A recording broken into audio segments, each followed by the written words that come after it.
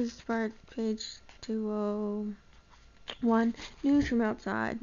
One spring day, a hoarse whistle sounded down the river. "The little steamer!" everybody cried. "The little steamer is back again." Father hitched up the wagon, and the children all clambered in behind.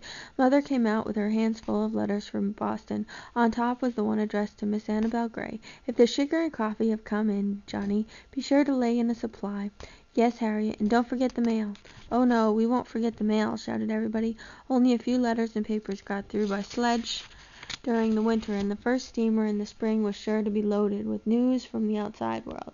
The little steamer was a keel boat belonging to the lumber company, and it was principally used to take men and goods up and down the river to different lumber camps. But for the settlers it meant something far more than this. It was the one thing that linked them up with the outside world. The river bank was crowded with people to see the little steamer come in. Father drove up just as it reached the dock, and the children stood up in the back of the wagon and waved and cheered.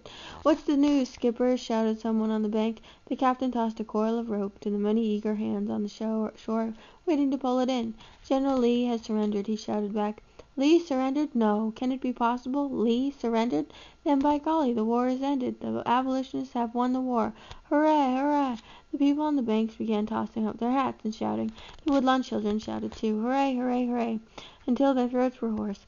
Hetty plucked Caddie by the skirt. "Why is the war over, Caddie?" "Well, you see," said Caddie, giving Hetty a excited hug, "General Lee is the leader of the South, and when he surrenders, that means that our side and President Lincoln's side has won the war." "Hooray!" shouted Hetty. "Hooray! Hooray for the slaves! Hooray for Abraham Lincoln!" shouted Tom. The name of the president caught the crowd's fancy. "Hooray for honest Abe!" they cried. "Long live Abe Lincoln!" After the excitement of the news, even the piles of letters and papers from Boston for Mother were an anticlimax, but still there was the fun of breaking the news at home to Mother and Clara and Mrs. Conway and the men. Father almost forgot the sugar and coffee in the excitement of politics, and Hetty had to remind him, but at last they were on their way homeward, chattering and bouncing and shouting to make their voices heard above the rattling of the wheels. What a day it was! There were so many letters to be read, so many of the world's doings to be caught up with.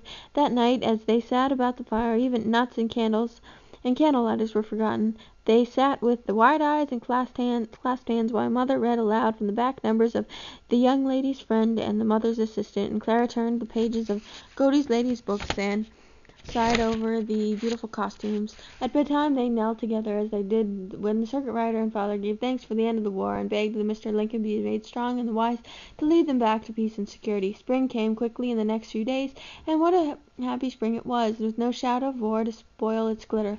All through the woods sprang up a carpet of trilliums and wild flowers and hepaticas. They were delicate, pink and blue and white, and there were so many of them that picking did not spoil them. The wild cherry trees put a dressing of white like brides on young ladies at their first ball. The tender new leaves on the trees were almost as many colored as in autumn. Some were softly yellow, some pinkish red, some like bronze or copper. Later they would all be green, and they would grow dusty with summer and look tired and languid in the heat. But now everything was fresh and young. Let's